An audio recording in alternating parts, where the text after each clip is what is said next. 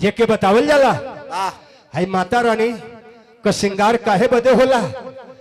9 दिन नवरात्रन में पूजा होला, लेकिन 9 दिन लोग भगवान श्री रामचंद्र जी के लोग रामलीला काहे दिखावेला। कुछ बहुत बड़ा राज है, बहुत बड़ी भक्ति है। पुरुषोत्तम श्री रामचंद्र जी जब इस धरती पे आए, राजा दशरथ के यहां जाकर के निवेदन और तमाम राक्षसों का भक्ति में भगवान, अगर सच्ची भक्ति है तो भगवान का दर्शन जरूर मिलेगा। कहां मिलेगा, किस रूप में मिलेगा, यही किसी को मालूम नहीं है, लेकिन दर्शन तो होगा। ऐसा ही एक मैं छोटा सा प्रसंग बता रहा हूं, जो कि कौन सा इंसान था जो कि भक्ति से भगवान को प्रसन्न कर लिया। चले बाबू मास्टर 4 लाइन धुन का लेला।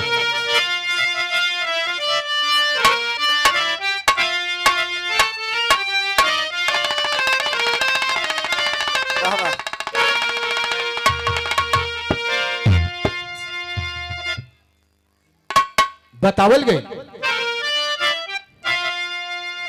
वसुधा की गरिमा भी फोसित धरा पे, कर्म से धर्म भक्ति, भक्ति को पाए, भक्ति से भगवान मिलते यहाँ पे, सौभाग्य उनका जो शक्ति को पाए। सम्मान की जिंदगी जिंदगी है वानियस तो तब दूर दूर रहना, कभी राम जन्म भाग्य से तन मिला है, मनुष्य तथा से अब तू भरपूर रहना।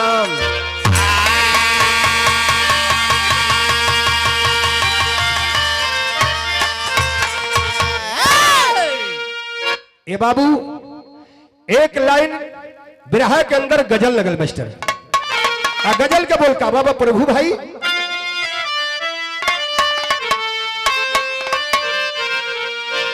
वह गजल के लाइन है। अरे पिया जिसको, अरे पिया जिसको चाहे, पंडित जी तो टावर खड़ा करत हो, का करत हो, तो तैयारी में रहा। अरे पिया जिसको चाहे सुहागन वही है,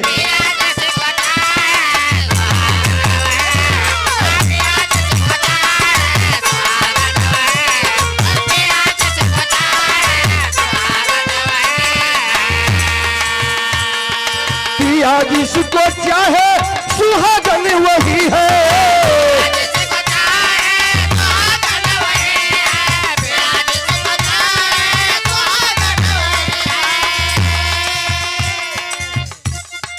पिया जिसको चाहे सुहागन वही है, वही है। हर जले जो, हर जले जो विरह में अभागन वही है।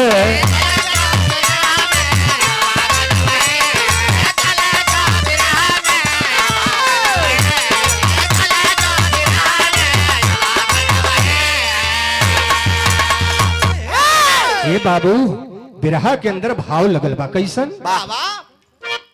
और ये देखे हम लोगों के गार्जियन परम श्रद्धेय आप श्री कुबेर चौहान जी की आप धर्म पत्नी हैं श्रीमती अमेरिका देवी, आपके कर कमोदरा ये बहुत बहुत रुपया से सम्मान हुआ।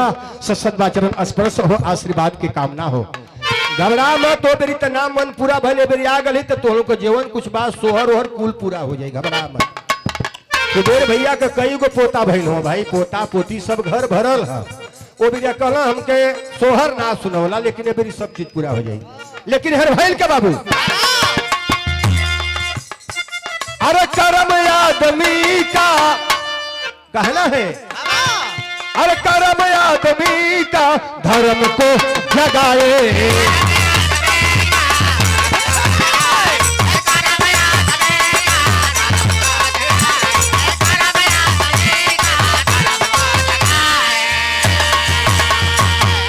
कर्म आदमी का धर्म को जगाए,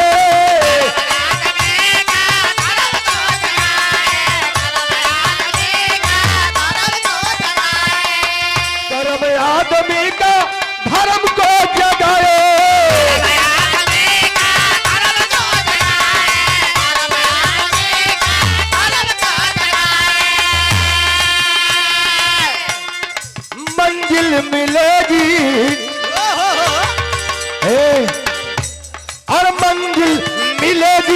सदा शांति पाए।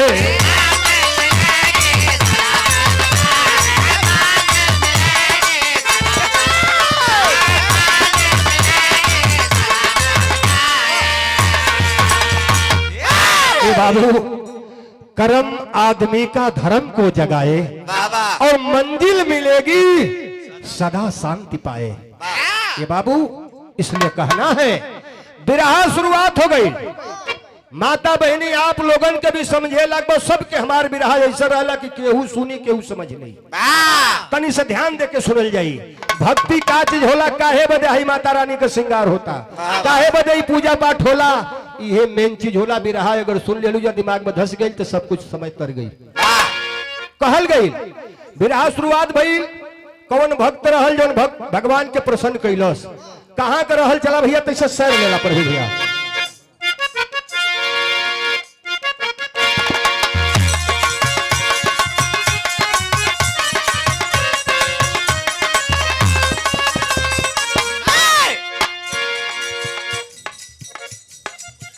नगर अयोध्या में, नगर अयोध्या में एक दुखन नाम नाई था। नगर अयोध्या में एक दुखन नाम नाई था। दुखिया नारी थी अब दुख में ना सहाई था।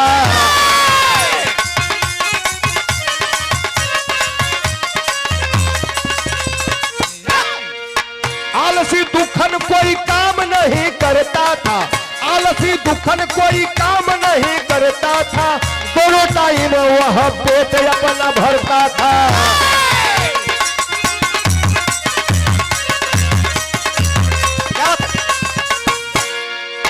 बेटा और बहू अपने दिल में कुछ मलाल किए। एक दिन दुखन को सब घर से वो निकाल दिए। भूख से व्याकुल होकर घर से रवाना भइले। भूख से व्याकुल होकर घर से रवाना भइले। मिलल बा मठिया एगो घूमत घामत चली अइले।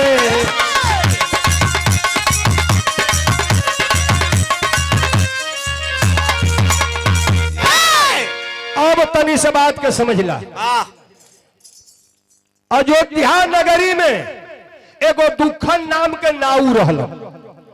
लोगों के दुखुआ दुखुआ प्यार से कहे, दुखुआ बेरे बरात जाइदारी बनावे चलिए है।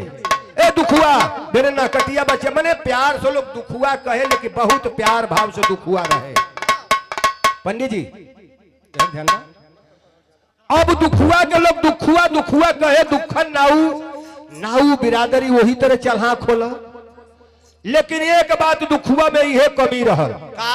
कवि जी हमारे ध्यान रहे, यह कमी रहल दुखुआ में, न कोनो काम धाम करे न कुछ। अगर कहीं कामो करे के पड़ जाओ तो कहे कि हमारे पेट गरत है, कपार बथत है। आलसी रहल। आलसी मने बहाना ओकरे अंदर बहुत बढ़िया रहल। ये भैया यही तरह मेहरारू के तबीयत खराब भइल, दुखुआ के दवा दर्पण रह होइबे ना करी तो मेहरारू को दिन चली। बेटा पतोई कुरबुराए लगल के हौदा मती पेट लेके 4 सेर खाली खात हम। आ मेहरारू इनकर बा गिरल बा, हम कमा के 2 पैसा लिया बानी तो नून तेल में खत्म हो जात बा। बेटा पतोई कुछ दिन ले दवाई करोला, दुखुआ के मेहरारू मर गई। जब दुखुआ के मेहरारू मर गई तो और जवन बा भाई अब बिना काम धंधा के हो गल, और मने मन मर्जी जवन कह जाला कि एकदम बिना अपने मन का मर्जी करे लगे। और पीड़ा में आके वो उतर तो पीड़ा में कुछ ना करो, पीड़ा कौन रहे। तो यही लिए बेटा या पतो ही अपने में कुछ फूस फास कही के कहला कि के इनके ऐसन जवानी नियत ऐसन हाई 7 फुट का बोटा मती शरीर लेके यही तरह उलट के खात हम के इनके खियाई। अपने में बतियाई के उनके घर से निकाल दिया सब। अब भैया जब दुखुआ बेचारा के निकाल दिया सब, एक दिन 2 दिन एन्नी उन्नी घूमल। आज जब पेट जरे लगल, भूख लगल हो बाबू, तो वही बगल में एक ठे मठिया रहल। पर कुछ संत महात्मा लोग रहेला ओके मठिया कहल जाला। वही मठिया पर घूमत घूमत गईलन। आज जब दुखू वही मठिया पर गईलन बाबू, तब भइल का यहाँ बिरहा में गीत लगे मास्टर साहब।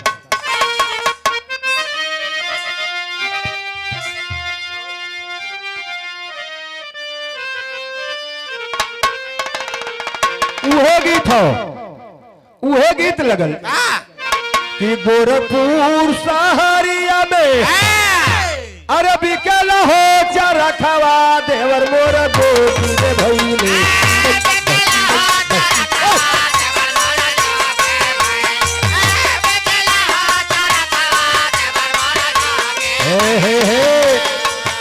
लेकिन लोग गावेला गोरखपुर जब धाम का नाम आवेला तब लोग कहेला गोरखपुर शहरिया में बिकल हो सरंगिया देवर मोरा जोगी रे भइले हेले हेले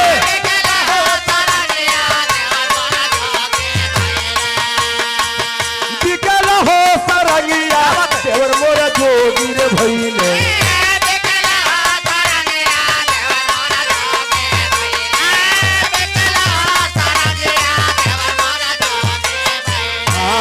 सरंगी हो मना लहरेदार देवर मोरा जोगी रे भइले सरंगी हो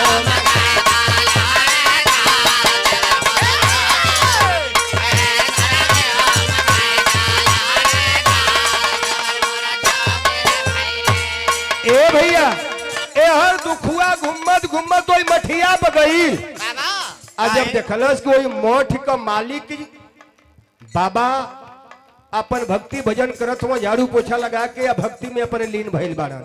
अरे यही दुनिया के तनी बलिया में बता दा। अब जाए तो बाद में बता दे एक तो गावे ला लो बलिया में गावे ला लो बलिया सहरिया के गलिया गलिया घुमली है एके बतावे ला लो गावे ला लो एक इंद्रासनी बाजा पर हम ये तरह कुबेर भैया कथो ये तरह ना है। अच्छा यही तरह ना भैया झट बता दे हम कहली कुल रस हमारे बिरहा में मिली देखा हर चीज मिली बिरहो समझ में आई हर चीज मिली कैसे बलिया सहरिया के गलिया गलिया घुमली है हो माया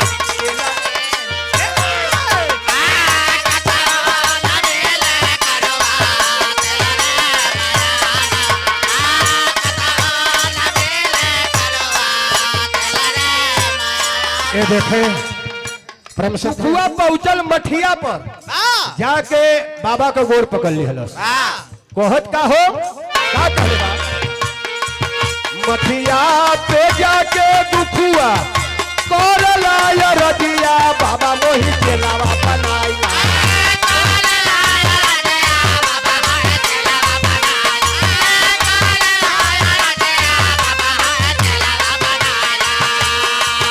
मठिया बजा के हो दुखुआ करल हो या रजिया बाबा मोहि चलावा बनाई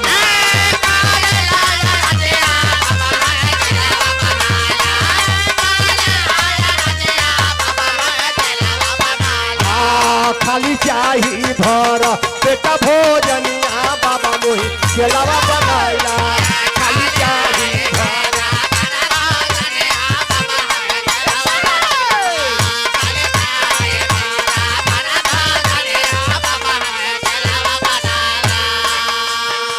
ए बाबू दुखुआ कहलस कि ए साहेब हे महाराज हमके अपन चेला बना ले हमके कुछ चाहिए वही नहीं बाबा कहलस दुखुआ का कमवा ना होई के तनो इहे बाबिनतिया बाबा मुझसे चलावा बनाइला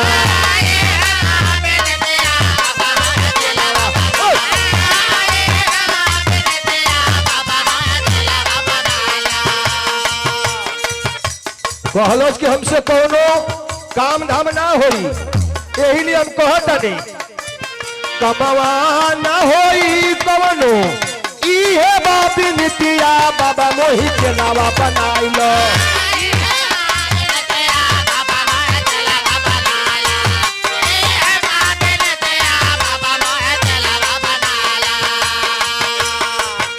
खाली चाही भर पेट भोजनिया बाबा मोहि चेलावा बनाइला।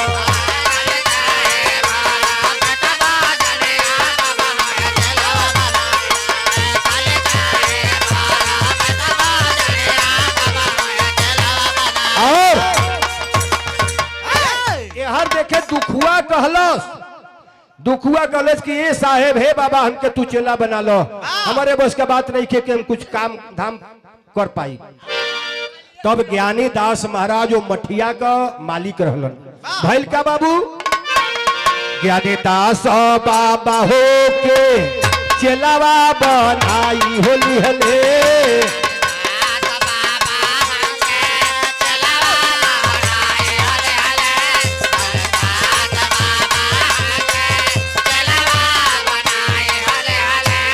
पेट भर भोजनिया पहिले उनके कराई होली हले।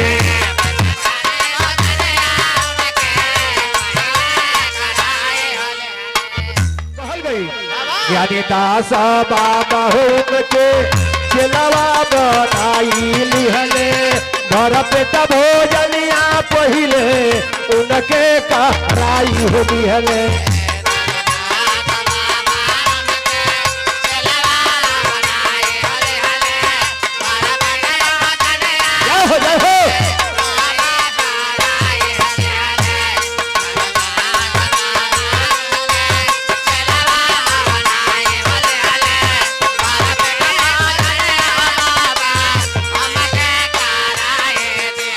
ये देखे ज्ञानी दास बाबा उनके चेलावा बनाई रे लिहले।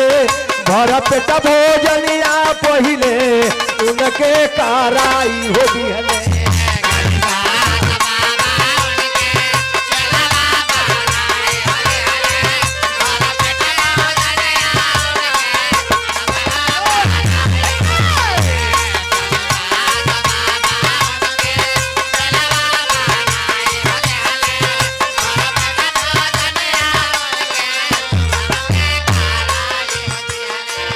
यही तरह जब कुछ दिन लग खैलो से एकाध महीना तो भइल का लागल मोटाए दुखुआ करना भजनिया बाबा मोहे चेलावा बनाइला।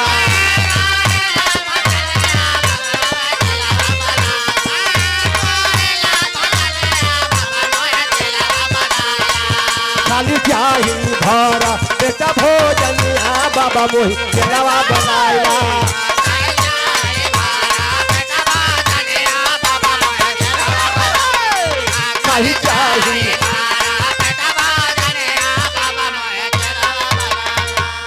ज्ञानी दास महाराज जी दुखुआ के चेला तो बना लिया, हाथ को जोड़लस।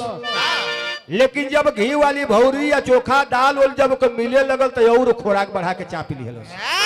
धीरे धीरे एक महीना में चिकना गल दुखुआ लगल मोटाए। ओकर ही बाद जब भक्ति भजन बाबा करवावत रहल जब मोटाए लगल तो ओके मेलू ना जाओ। अब जो ने वो सुते कोल्हू मती पलर ले रही जाओ। अब दुखुआ भक्तियों भजन ना करे। बाबा कहलन कि बड़ा जो हमद भल आयल कहे कि हमके चेला बनाला, ई भक्तियों भजन हमारी संगवा नहीं खे कर। ए भैया जब 2 महीना धीरे धीरे बीतल संयोग का बात बा कि भैल का हो भैया बिरहा में गीत लगल दूसर की का बाबू।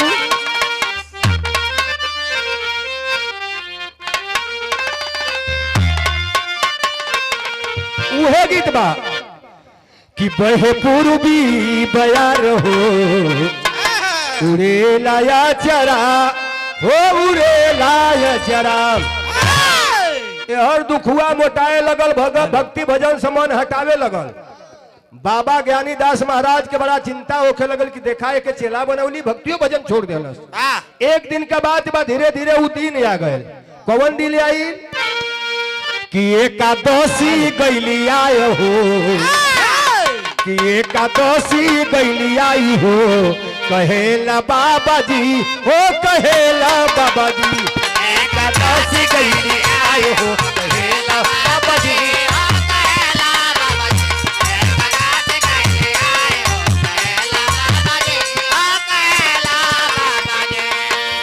ये देखे माता बहनी तब करेली जे के बतावल जाला जीवतिया एकादशी छठ कुछ ऐसा त्योहार होला करवा चौथ आई करवा चौथ एगो बतावा हाँ कितनो गोधाना अरे भाई गोधाना हाँ सही है कथुआ वो गोधन बाबा रहल लेकिन लप देनी गोधन बाबा के कूट के आ 2 मिनट में मेहरारू माता बहन गोलिया के उनके पीड़िया माई बना देनी आ वो पीड़िया माई के 1.5 महीना गीत गा गाया गोरेली पीड़िया माई के कोनो हवा बतास न लगे बार माता बहनी लोग ई कुल बात छोड़े हर देखे दुखुआ के बाबा जी कहलन कि सुन दुखुआ तू भक्ति भजन कुल भुला गईले तो एक बात सुना ए दुखू अब आज एकादशी हो दुखुआ कहलस कि तब कहल कि एकादशी है तो सुना अब खाना पीना 1-2 दिन ना बनी का कहलन बाबा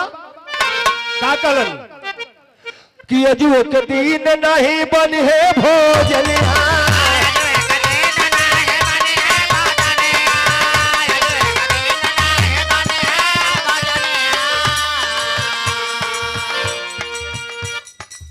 लगावा बाबा दुखुआ से कहलन कि सुना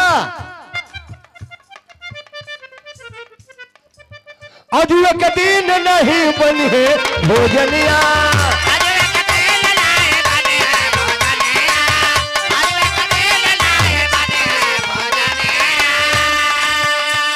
अरे खाली राम राम जपा कैला भजनिया हो कैला भजनिया खाली राम राम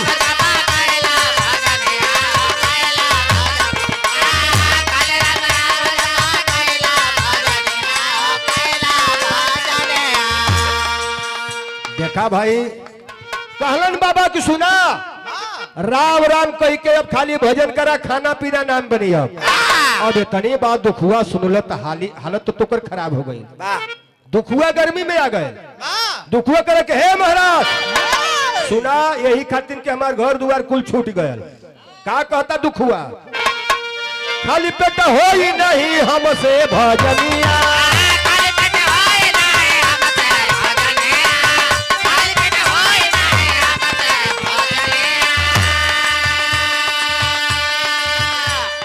दुखन गई लखी हे कहलन अरे खाली राम राम कैला बीती जिंदगनिया ना बीती जिंदगनिया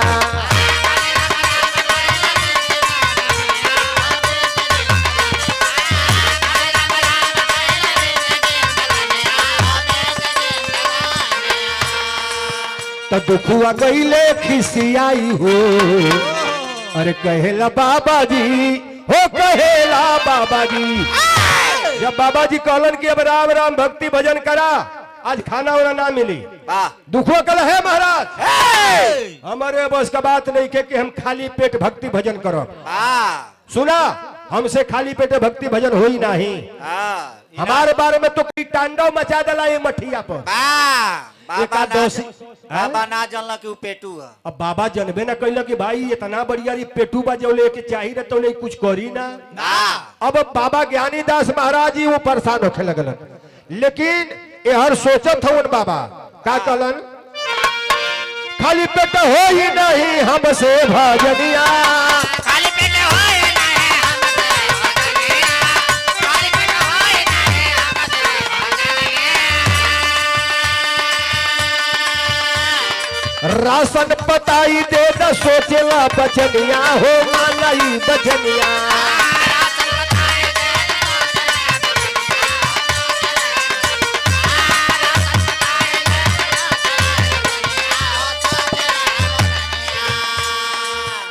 दिहल राशन दियाई हो कहेला बाबा जी हो कहेला बाबा जी जब दुखुआ ना मनल तो महाराज ज्ञानीदास महाराज कहलन ठीक है दुखुआ तोर व्यवस्था हो जाई का कहलन कि जितना उ खात रहल हिसाब से ओकर राशन पताई दे दिहलन कहलन कि लेके जा आ ले जाके ओई भीटा के नीचे अपन तू भंडारा बनैहा वही गुंटानी में ए भंडारा लेके हर मत यहा बाबा कहलन कि लेके जाओ पोखरा से नीचे तू भंडारा बना ली हो ये हर भंडारा लेके यह मत हम बता देते हैं ये हर जोन बा आज एकादशी हो सब लोग यहाँ खाली भजन करी है तो से बड़ पेटू हर पड़ल हमें दुखुआ कहलस कि बस महाराज हमके ये चाहत रहे लेके राशन उसन अपन अलगियाई गए आ जब अलगियाई गल तब भइल का प्रभु भैया बिरहा में गीत लग गईल जौने के माता बहनी बहुत प्यार दुलार से गावेले ऊ गीत ह कौन गीत हाय हाय हाय उहे गीत हो लेकिन अब हमन छोटवर रहली जा तब माता बहनी ये गीत के कितना बढ़िया से गावे किरलिया मोर सवतिया अरे रेलिया मोर सवतिया अरे राजा के ले जा रेलिया मोर सवतिया राजा के ले जा रेलिया मोर सवतिया राजा के ले जा रेलिया मोर सवतिया राजा के ले जा रेलिया मोर सवतिया एक लाइन और गावे जवन टीसन अरे जवन टीसन राजा की कटवन है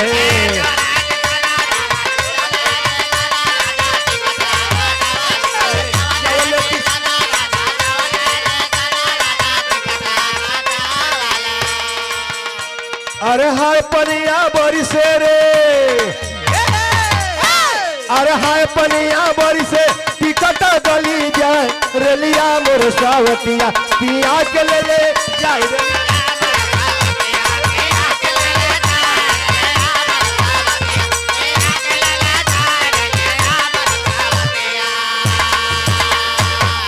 यही गीत के जब कुछ बिहार से गवैया कुलैला तो बदल दिहलन अमित बाबू एक के भोजपुरिया वाला लफ्ज नहीं बदल दिलन अब बदल दिलन त का गौलन किरलिया बैरी अरे लिया बैरी पिया के ले जाई रे रेलिया बैरी रेलिया बैरी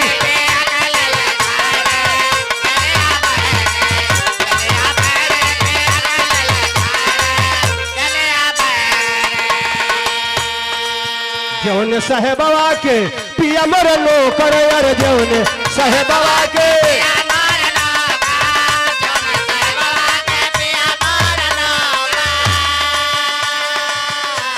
अरे हाय गोलिया लागे हाय गोलिया लागे साहेब मरी जाए रेलिया बहरी रेलिया बहरी पिया के ले जाए रे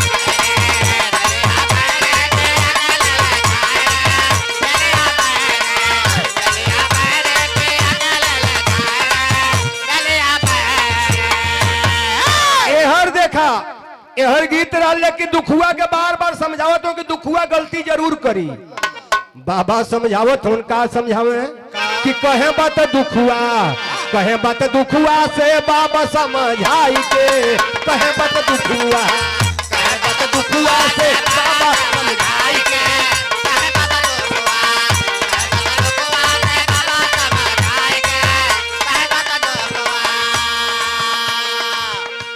अरे खाया पहले राम जी के भोगवा लगाई के कहला ये दुखुआ सुन जब तोर भंडारा तैयार हो जाई तो थाली में भोजन परोस लिहा तो पहले श्री रामचंद्र जी के भोग लगवाई लिहा कहलन का खाया पहले राम जी के भोगवा लगाई के कहे बात दुखुआ के बाबा समझाई के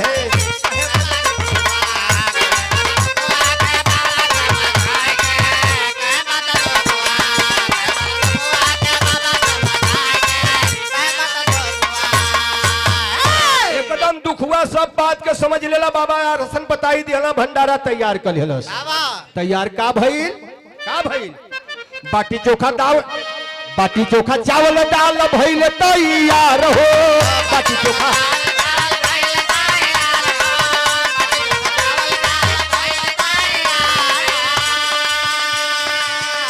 सब जब खाना परोसा गए तो दुखुआ पानी वानी छिड़कत पूरा आसन लगा के आ तब कहले रहा बाबा कि भगवान के भोग लगा के खइहे दुखू अब दुखुआ खूब मनावत हो के का भरोसा रहल कि का हो जाई लेकिन जब दुखुआ मनावत है कि भगवान अब आ भोग लगावे खातिर बोलौलस का भई और अब यही ठैया कर जेवना रहो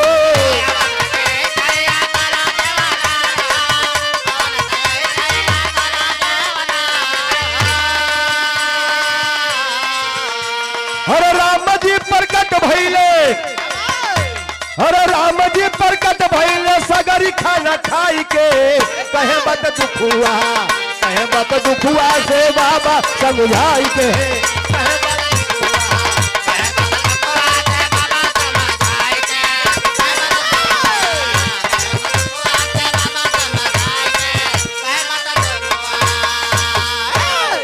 देखला आवो खाना खा ल आवो तू भोग लगा लब रामचंद्र जी प्रगट हो गइलन लेकिन प्रगट भइल तो सगरी दुखुआ के खनवे खा घले रह अब जब नजर पड़ल थरिया पर राम जी कहलन कि हाँ दुखों में बहुत प्रसन्न हुआ। हाँ ई ना जानला कि उनहु से पेटू केहू रहे। अब पेट तो ओकर कलकलाए लगे देखलस पूरा बना के तैयार थरिया पर ओसे सोचल कि बाबा कहलन भोगवा लगा ली ओकर बाद खई है उनका सोचल कि सही है जाके खा जाई हन आ भोग लगा आंख बंद करके जब आंख खोलल तो कुल खाना खत्म। अब ओके औरी गुस्सा चढ़ गई। भगवान कहल कि मैं बहुत कहल कि तू जो प्रसन्न बारा हम जानत अब चुपचाप रह लेकिन भगवान प्रसन्न भइल दुखुआ से एक बात औरी कहतो का कहला कि कहे राम काल फिरा हमके बोलैया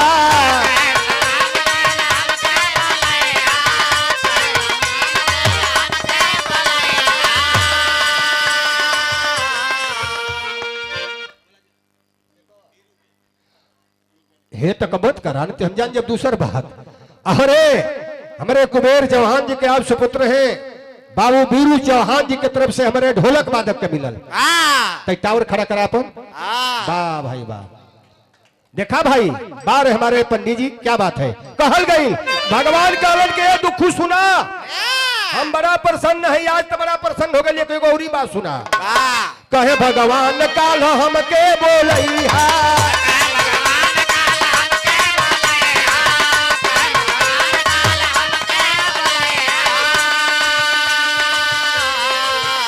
कहल कि हम ही ना खाली आई अब दुखुआ कहल कि अब के आई सब राम कहत हुआ कि संगम में आई है लखन छोटका भैया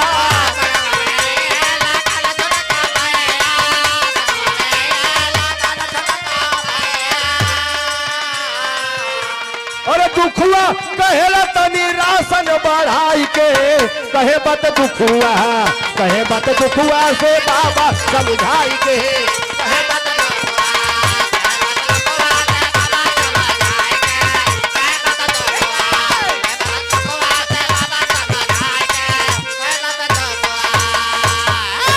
भगवान कहलन कि ये दुखू हम आज जात है लेकिन फिर हमके काल बोलैया इतने ना हम ही ना आई हमारे संगवा हमारे छोटका लखन भी आई है अब दुखुआ का पारा और गर्म हो गई पैसा लेला भाई और बहुत सुंदर सम्मान रहा हमारे भाई हैं आप अमित यादव सिंगर हैं जो भोजपुरी जगत के बहुत सुंदर सिंगर आपकी तरफ से रहा परमात्मा हर मोड़ पे सुखी रखे ये मालिक से फरियाद दुखुआ से कहला कि भी लखनो हमारी संगवा में आई है दुखुआ कपाट ठोकत कि एक तो हम खाना मर मर बनौली एक जानी औरी बढ़ गई आइन के भोग लगावे कहली तो सब थरिया के खनवे जाके खा गई औरी कतो के बिहने हम आई बा हम फिर हम अपने छोटका भैवो के लिए आई दुखुआ गरमाई गल जाके बाबा से कहल ज्ञानी दास महाराज कहले काहे दुखू कोनो बात ना भंडारा सही भइल ह दुखुआ के पेट में तो चूहा कूदत रहे गर्मी में एकदम आगल कहल कि हम तो के का बताई तू जवन कह दुआ कि भोग लगा के खइया हम का बताई कि भंडारा भइल कि ना भइल कहल कि भाई का बात है कहल दुखुआ के सुना और तनी राशन बढ़ावा ना जानला कि उपासे रहे के पड़ जाए बाबा कहलन कि ये भाई इतनी खात रह का उतनी में के खाए ना भाई कौन पेट एकर हो गया कहल कि राशन बढ़ा दा ये हम कहत है हम कुछ बताई नहीं राशन बढ़वा दिलो फिर जब राशन बढ़वा दिलो दुखुआ ले गए फिर भंडारा तैयार कर बा तब भइल का बाबू तेरी भाव लगल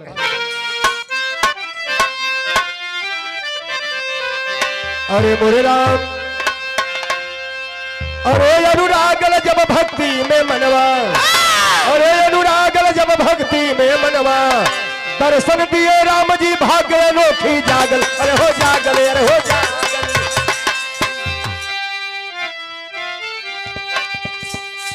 मन में दुखन सोच रहली बा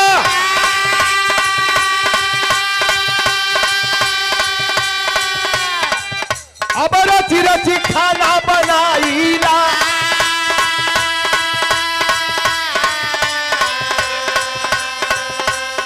कुल खाना सब खा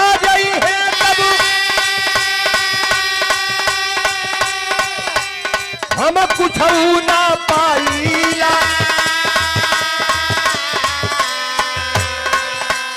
कहलो बाबा जी के पास गई अब राशन ढेर बढ़ावा तू। अगर विश्वास नहीं बा हम पर, अगर विश्वास नहीं बा हम पर, भंडारा में आवा तू। अरे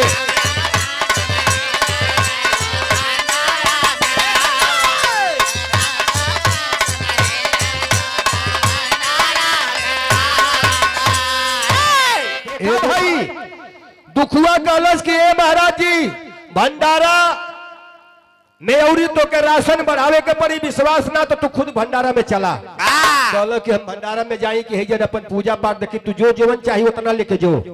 फिर लेके गई पर राशन पताई, फिर अपन जीवन बा चाप के खाना बनौले बा। आ खाना बना के 1.5-2 कलछुल घी में डाल में घी डाल के तैयार कैलस। भौरी ओरी ला पोत पात के एकदम फिट फाट से कहलस कि आज कोनो बात ना का जन वो दिन प्रसन्न हो गए, आ गई आज ना उ लोग हम जाना। खाना चाप के बनौलस दुखुआ, लेकिन बाबू यहर देखा भइल का उहे गीत लगल। कौन गीत बा?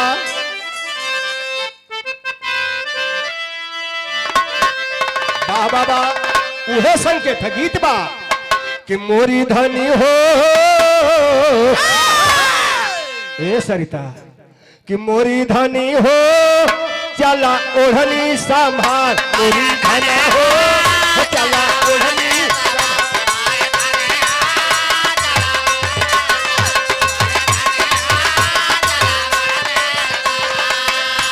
अरे ओढ़नी तुम्हारे तोहरा छला हजार, मोरी धन हो चला ओढ़नी संभाल मोरे।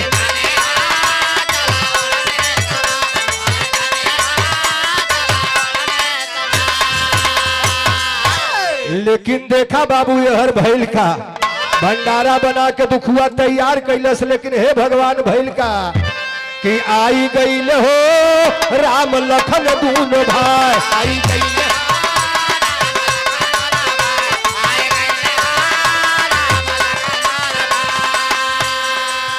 आई गईल हो राम लखन दूनो भाई। आई गईल हो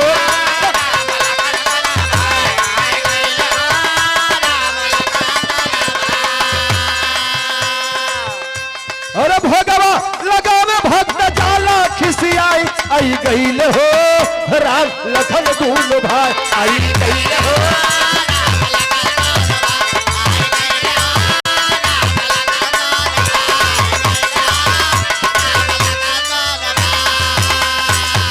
फिर भंडारा तैयार करके भोग लगावे खातिर के पुकरलस, आंख बन कैलो दुखुआ। कल हे प्रभु आके जल्दी भोग लगाओ, हमके कई दिन से चैन ना, हम कुछ करी, हम भोग लगाई। आ तोले भइल का भैया कि खा गईले भोजन लखन दूनो भाई। भइल का अरे अरे खा गईले भोजन लखन दूनो भाई।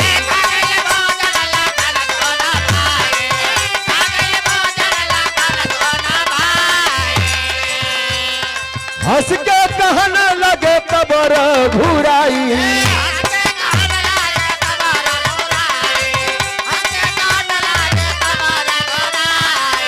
दोनों भाई आंख हर बन कैले, दोनों भाई आके दुखुआ के पूरा दोनों थाली साफ कर दिलन। आ जब कुल खाना खा गल आंख खोललस तो हर भइल का भैया रामचंद्र जी कहत हो कि बार दुखु बा। कहल का एक तो ओकर और आगे लग गई कि हमारा जुओ को खनवाई दोनों खा गलन। तो भगवान कहलन अरे तोहरे भोजनिया मैं अमृत बसल बाकी। आई गईले हो राम लखन दूनो भाई। आई गईले हो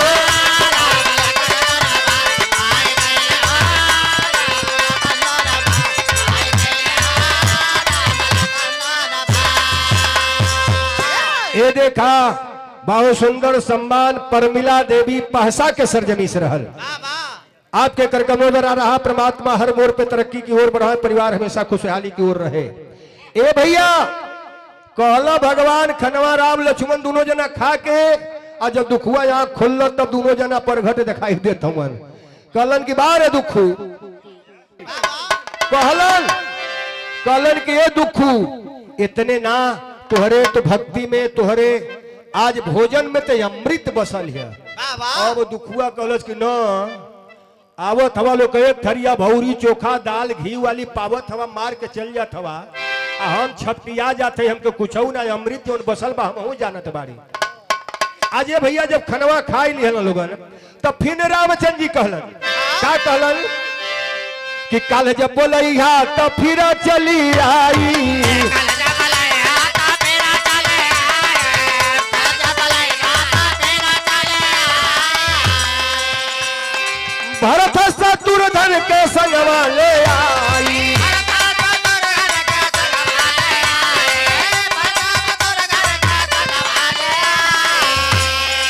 भगवान कहलन कि ये दुखू हमहन के दोनों जना के भोजन करा देहला काल फिर हमके बोलैया इतने ना हम दोनों भाई ना चारों भाई भरत शत्रुघ्न भी आई हैं। वाह दुखुआ गुसिया के कहल कि हाँ पूरा खानदान के लेके आवो ना हमारी एक तो घर दुआर छूटल हमैली मठिया पर ऊ महाराजवा हमके चेला जितनी ना बनलो सजाई में डाल दिहल सौरी कहल कि भोग लगा के खाई है। कहल कि दुखू गुसिया मत बहुत बढ़िया कहल कि अरे जो हम बढ़िया बड़ू तो हम ही के पता चलत हो। कहल राम जी का काल काल फिर बोलैया तो हम चली आई भरत शत्रुघ्न के संग में ले आई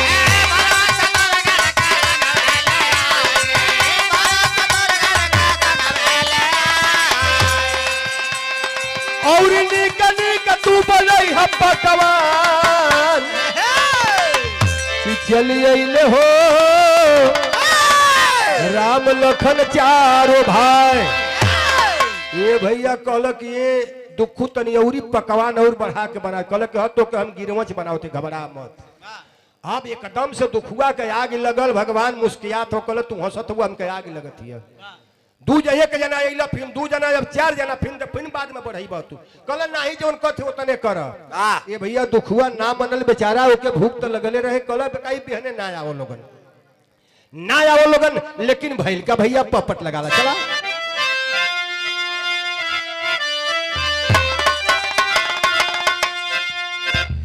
और लीला कैले ऐसन अवध बिहारी भक्ति जागल बा चारों जना तब बैठे आसन मारी भक्ति जागल बा।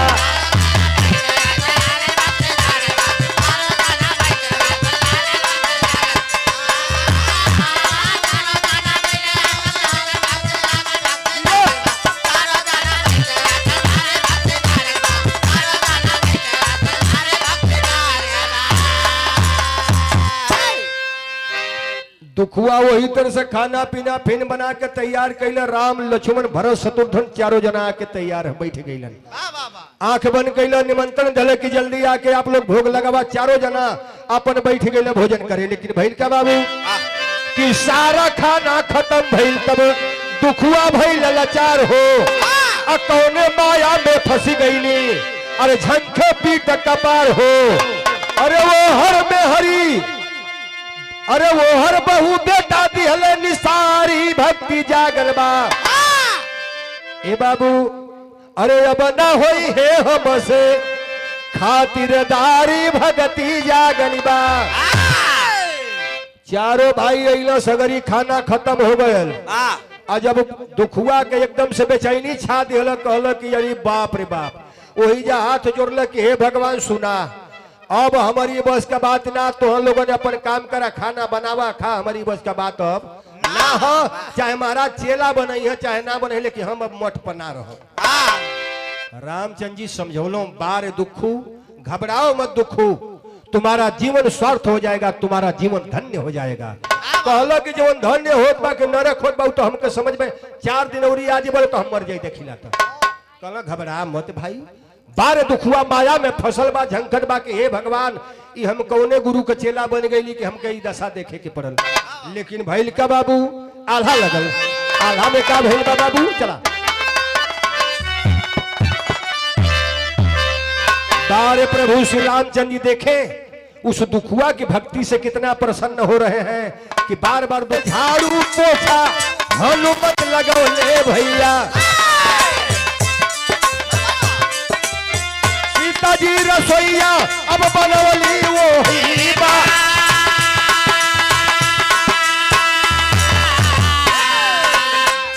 आई के प्रसन्न भैले छव हो बिरनावा भैया मन बरदा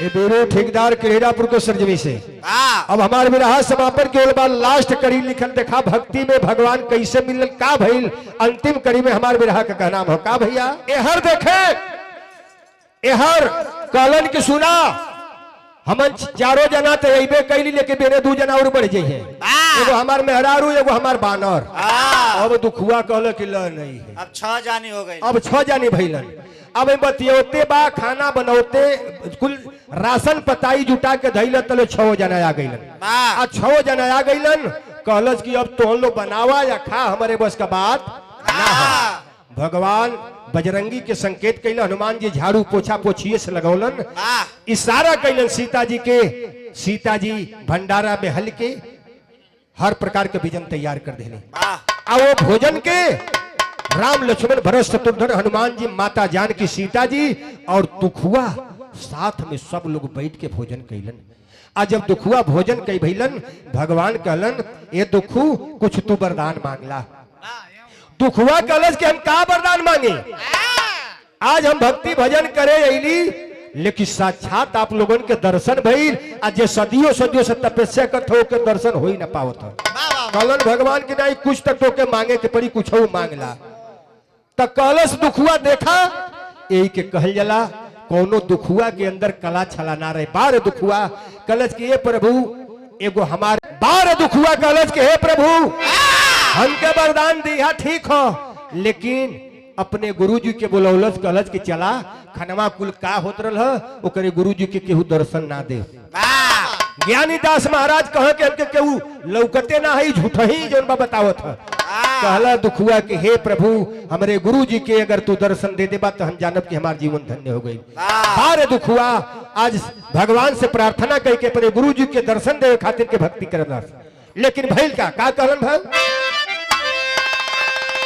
अरे गुरुजी के पहले का बरदनवा हरी कहलन दुखुआ कि हम तो चेला ही लेकिन जे हमार गुरु हो ज्ञानी दास महाराज उनके आशीर्वाद से तोहरे चरण का दर्शन भइल नौ हमके एकादशी के दिने पोखरा के नीचे भंडारा बनावे के भेजले रहतन आप लोगन का दर्शन भइल रहा तो यही लिए हमसे पहले हमारे गुरुजी के तू वरदान दा का कहलस अरे गुरुजी के पहले दा बरदनवा हरी कि जेकर कृपा से भइले अवतार नवा हरी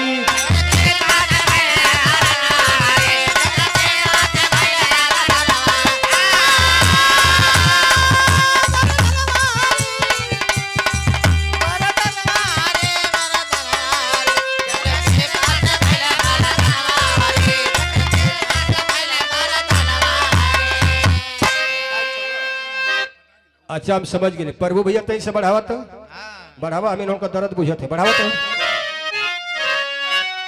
ठीक है बढ़ावा हाँ ये ऊपर से बोलल चाहता हूँ भाई पूरा रात खत्म ना भइले चलो बढ़ावा हो बढ़ावा कहलस दुखुआ कहलस कि हे भगवान सुना थे बात अरे गुरुजी का पहले हरी जकर कृपा से भइले तरनवा हरी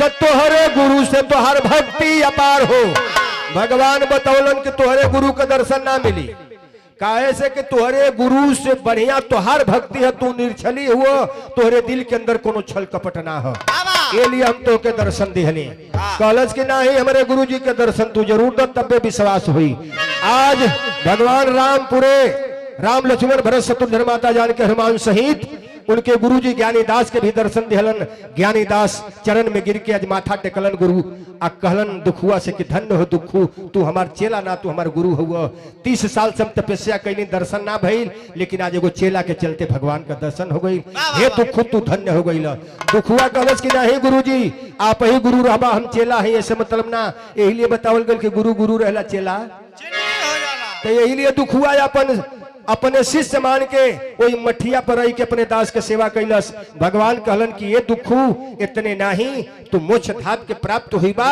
और यहाँ से जब शरीर से तुम्हारा जान छूटेगा तो तुमको उपचार स्थान दरबार वहां पर मिलेगा। दुख हुआ हाथ जोड़ ले बा भैल का कि तोहरे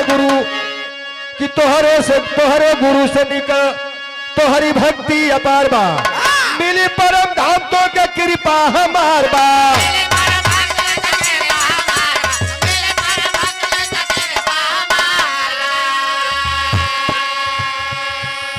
अरे तना कई के भैले, अरे अंतर ध्यानवा हरि, जकर कृपा से भैले दर्शनवा हरि।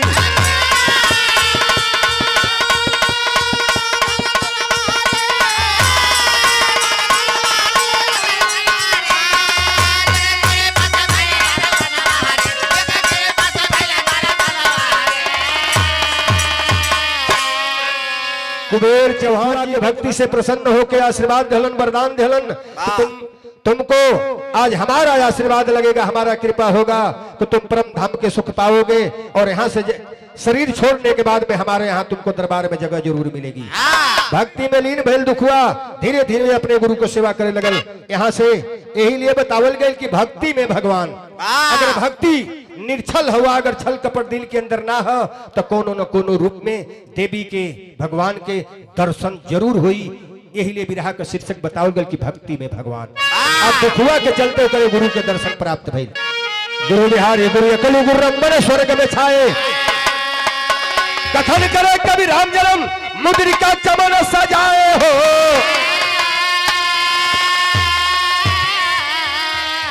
अरे अनुरागल जब भक्ति में मनवा लगी न राम जन्म गुरुवर से नहीं लागल, अनुरागल जब भक्ति में मनवा।